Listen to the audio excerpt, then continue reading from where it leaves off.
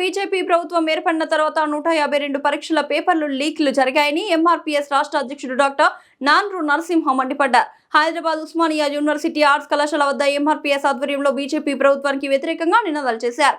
ఈ సందర్భంగా వారు మాట్లాడుతూ నీట్ పరీక్ష పేపర్ లీక్ కు ప్రధాని నరేంద్ర మోదీ బాధ్యత వహిస్తూ కేంద్ర మంత్రి ధర్మేంద్ర ప్రధాన్ ను పార్టీ నుండి శాశ్వతంగా బహిష్కరించాలని డిమాండ్ చేశారు. మరియు నీట్ పరీక్ష పేపర్ లీక్ కారణమైన వ్యక్తులను చట్టపరమైన చర్యలు తీసుకోవాలని డిమాండ్ చేశారు. లేని పక్షంలో ఎంఆర్పీఎస్ పక్షాన బీజేపీ ప్రభుత్వం పైన దండెత్తుతామని హెచ్చరించారు.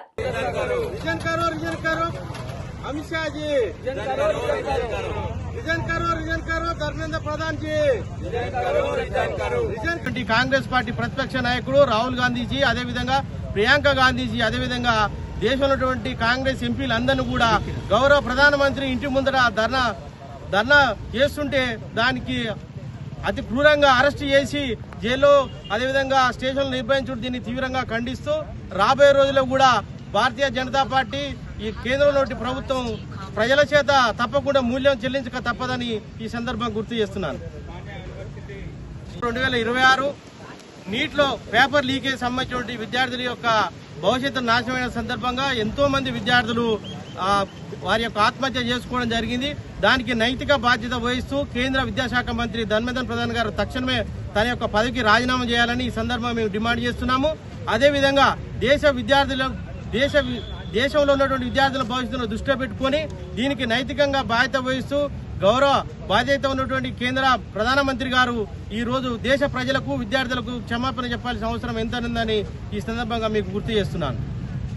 అదే పిఎస్ వ్యవస్థాపక అధ్యక్షులు బ్రహ్మన్న గారి యొక్క ఆదేశం మేరకు, అదేవిధంగా తెలంగాణ రాష్ట్రంలో జాతీయ అధ్యక్షులు నాండ్రు నరసింహారావు గారి సూచన మేరకు ఈ రోజు ఉస్మానియా యూనివర్సిటీ ఆర్ట్స్ కాలేజ్ ముందు ఈ రోజు మొన్న ఏదైతే ఢిల్లీలో జంతర్ మంతర్లో జరిగినటువంటి కాంగ్రెస్ పార్టీ యొక్క విద్యార్థులపై జరిగినటువంటి పోలీసు లాఠీ చార్జీని దాన్ని తీవ్రంగా జంతర్ మంతర్ వద్ద సామాజిక కార్యకర్త సోనం కౌశిక్ గారు చేస్తున్నటువంటి 20 రోజుల అమర నిరాహార దీక్షకు మద్దతుగా విద్యార్థి లోకమంతా కూడా జంతర్ మంతర్ వద్ద ఆ మద్దతు తెలుపుదాం కోసం అని చెప్పి జంతర్ మంతర్ వద్దకు పోతే విద్యార్థుల పైన అమానుషంగా బీజేపీ ప్రభుత్వం అమానుష దాడి చేసి ఆ యొక్క దాడిని మేము పూర్తిగా ఖండిస్తున్నాం.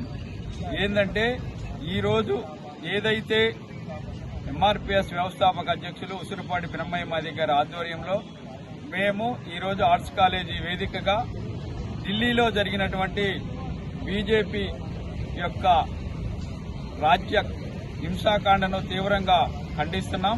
ఎందుకంటే బీజేపీ ప్రభుత్వం 2014 నుంచి స్టిల్ ఈ రోజు వరకు బీజేపీ ప్రభుత్వం వచ్చిన తర్వాత 152 పేపర్ లీకేజీలు జరిగినాయి.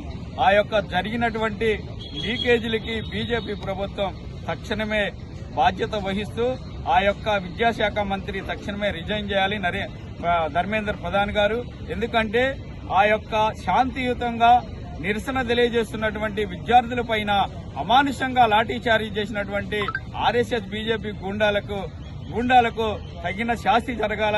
అదేవిధంగా ఏదైతే విద్యార్థులు ఎస్సీ ఎస్టీ బీసీ మైనారిటీ విద్యార్థులకు అన్యాయం జరగకుండా ఏదైతే వాళ్ళ యొక్క ప్రభుత్వంలో లీకేజీలు చేస్తూ ఆ యొక్క విద్యార్థులకు తీవ్ర అన్యాయం చేస్తున్నారు. ఎందుకంటే ఈ బీజేపీ ప్రభుత్వం వచ్చిన తర్వాతనే లీకేజీలు ఎక్కువైపోయినాయి. కాబట్టి ఈ యొక్క లీకేజీకి నరేంద్ర మోడీ మొన్న జరిగినటువంటి దాడికి విద్యార్థి లోకం మొత్తానికి కూడా క్షమాపణ చెప్పాలి.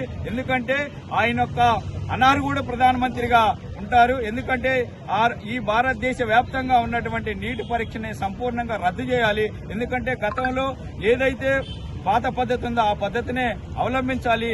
ఇది యొక్క నరేంద్ర మోడీ గవర్నమెంట్ వచ్చిన తర్వాత ఏజెన్సీకి అప్పచెప్పి ఆ ఏజెన్సీ ద్వారాగా వాళ్ళ యొక్క కనుసన్నల్లోనే నీటి పరీక్షని నిర్వహించుకోవడం జరుగుతుంది.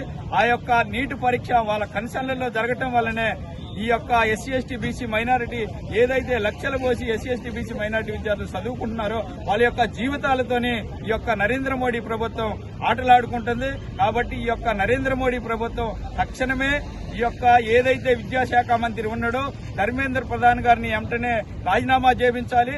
అదేవిధంగా ఏదైతే దాడి జరిగిందో ఆ యొక్క దాడికి నైతిక బాధ్యత వహిస్తూ ఈ యొక్క విద్యార్థి భారతదేశంలో ఉన్న విద్యార్థి లోకం మొత్తానికి కూడా ప్రధానమంత్రి అదేవిధంగా హోంమంత్రి అమిత్ షా క్షమాపణ చెప్పాలి. ఏంటంటే ఏ రకంగా అయినా కూడా 2014 నుంచి ఈ రోజు వరకు కూడా ఎస్సీ ఎస్టీ బీసీల పైన, క్రిస్టియన్స్ పైన, దళితుల పైన బీజేపీ ప్రభుత్వం హైందవ ధర్మం పేరు మీద, సనాతన ధర్మం మీద దాడులు చేస్తా ఉంది. కాబట్టి ఈ యొక్క